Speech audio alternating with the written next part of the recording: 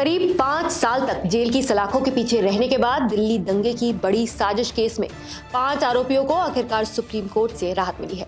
Court ने इस case में 5 आरोपियों गुलफिशा फातिमा, मीरान हैदर, शिफाउर रहमान, मोहम्मद सलीम खान और शादाब अहमद को जमानत दे दी है। लेकिन उमर खालिद और शर्जील इमाम का क्या हुआ?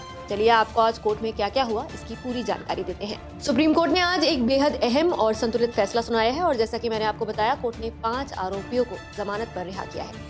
हालांकि इन सभी को 12 बेहद सख्त शर्तों के साथ जमानत दी गई है और कोर्ट ने चेतावनी दी है कि एक भी शर्त टूटी तो जमानत तुरंत रद्द मानी जाएगी। ये फैसला जस्टिस अरविंद कुमार और जस्टिस NV अंजारिया की 2 न्यायाधीशों वाली पीठ ने सुनाया। सुप्रीम कोर्ट ने इस मामले में एक अहम बात दोहराई। हर आरोपी को एक ही तराजू में तोलना कानूनन गलत है। कोर्ट ने कहा कि दिल्ली दंगों जैसे बड़े और जटिल मामले में हर व्यक्ति की भूमिका अलग अलग हो सकती है। कुछ पर सिर्फ स्थानीय या फिर सीमित भूमिका के आरोप हैं, जबकि कुछ पर कथित रूप से रणनीति और दिशा तय करने जैसे गंभीर आरोप लगाए गए हैं। 5 आरोपियों के मामले में कोर्ट ने रिकॉर्ड पर मौजूद सामग्री को ध्यान से देखने के बाद कहा कि अभियोजन पक्ष यानी प्रोसिक्यूशन अब तक ऐसा कोई ठोस सबूत पेश नहीं कर पाया है जो कि अनलॉफुल एक्टिविटीज प्रिवेंशन एक्ट यानी UAPA की सख्त धारा 43B(5) के तहत जमानत रोकने के लिए जरूरी होता है। सरल शब्दों में कहें तो कोर्ट ने माना कि फिलहाल इनके खिलाफ गंभीर साजिश में सीधी और निर्णायक भूमिका साफ तौर पर सामने नहीं आती।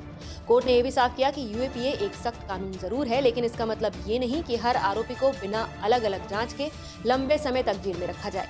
प्राइमा फेसाई यानी शुरुआती स्तर पर प्रत्यक्ष रूप से केस कितना मजबूत है ये देखना अदालत की जिम्मेदारी है। हालांकि सुप्रीम कोर्ट ने यह भी जताया कि सिर्फ ट्रायल में देरी को जमानत का आधार नहीं बनाया जा सकता। अदालत ने कहा कि उसे ये भी देखना होता है कि आरोपों की बुनियाद कितनी मजबूत है और आरोपी की भूमिका किस स्तर की है।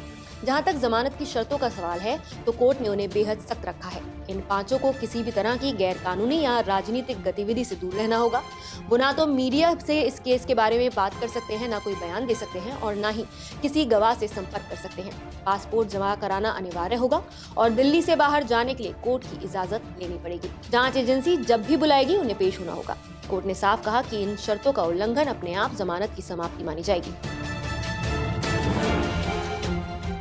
इन 5 आरोपियों के बैकग्राउंड पर भी जरा नजर डाल लेते हैं तो कोर्ट ने पाया कि गुलफिशा फातिमा को उत्तर पूर्वी दिल्ली के स्थानीय विरोध प्रदर्शनों से जुड़ा है। मीरान हैदर जामिया का छात्र है और CA विरोधी प्रदर्शनों में भाग लेने का उस पर आरोप है। शिफाउर रहमान जामिया एलुमनाई एसोसिएशन के अध्यक्ष रहे हैं। मोहम्मद सलीम खान पर स्थानीय स्तर पर प्रदर्शन संगठित करने के आरोप लगे हैं और शादाब अहमद पर सोशल मीडिया गतिविधियों और सभाओं में मौजूद रहने को आधार बनाया गया है। सुप्रीम कोर्ट ने माना कि इन आरोपों से हिंसा की सीधी योजना या फिर कोई बड़ी साजिश में निर्णायक भूमिका फिलहाल साबित नहीं होती। कोर्ट ने ट्रायल कोर्ट को ये भी निर्देश दिया है कि मामले की सुनवाई में अनावश्यक देरी ना हो और केस को तेजी से आगे बढ़ाया जाए ताकि सभी आरोपियों को समय पर न्याय मिल सके। हालांकि इस फैसले के साथ सुप्रीम कोर्ट ने यह भी साफ कर दिया है कि उमर खालिद और शर्जील इमाम के मामले अलग हैं। अदालत ने साफ कहा है कि इन दोनों आरोपियों के खिलाफ मौजूद सामग्री से उनकी भूमिका केवल स्थानीय या फिर सीमित नहीं बल्कि केंद्रीय और रणनीतिक दिखाई देती है। कोर्ट के अनुसार रिकॉर्ड पर रखे गए सबूत ये संकेत देते हैं कि कथित साजिश को वैचारिक दिशा देने, उसे संगठित करने और आगे बढ़ाने में इन दोनों की भूमिका बाकी आरोपियों से अलग और कहीं ज्यादा गंभीर है। इसी वजह से सुप्रीम कोर्ट ने कहा कि इस स्तर पर इन्हें जमानत देना उचित नहीं होगा। हालांकि अदालत ने यह भी स्पष्ट किया कि उमर खालिद और शर्जील इमाम के लिए जमानत का रास्ता पूरी तरह से बंद नहीं किया गया है। दोनों या तो 1 साल बाद दोबारा जमानत याचिका दाखिल कर सकते हैं या फिर संरक्षित गवाहों यानी प्रोटेक्टेड विटनेसेस की गवाही पूरी होने के बाद राहत के लिए फिर से अदालत का दरवाजा खटखटा सकते हैं। गुलफिशा के वकील सरीम नावेद ने मामले की पूरी जानकारी देते हुए क्या कहा, जरा सुनिए। जिन 5 को बेल दी है हम लोग बहुत खुश हैं उनके लिए कि उनको 5.5 साल के बाद बेल मिली है और जेल से बाहर आने का मौका मिलेगा। जिन 2 लोगों को बेल नहीं मिली है, उमर खालिद और शर्जील इमाम, उनको लिबर्टी दी गई है कि 1 साल बाद वो फिर बेल के लिए अप्लाई कर सकें। और ये भी कहा गया है पुलिस से और ट्रायल कोर्ट से कि केस जल्द से जल्द चलाया जाए।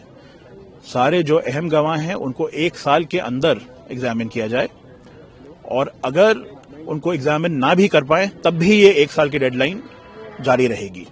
कुल मिलाकर सुप्रीम कोर्ट ने इस फैसले के जरिए ये संदेश दिया है कि कानून सख्त हो सकता है लेकिन न्याय व्यक्तिगत भूमिका और सबूतों के आधार पर ही तय होगा। एक ही ब्रश से सभी को रंगना सही नहीं है। आप कोर्ट के इस फैसले पर क्या कहेंगे? क्या आप इस फैसले से सहमत हैं? अपनी राय हमें कमेंट करके जरूर बताइए। नमस्कार, मैं हूं मानक गुप्ता। अगर आपको हमारा ये वीडियो पसंद आया हो तो इसे लाइक और शेयर जरूर करें और हां, हमें सब्सक्राइब और फॉलो करना ना भूलें ताकि आप देश और दुनिया की कोई खबर मिस ना करें। तो जुड़े रहिए हमारे साथ और देखते रहिए News 24।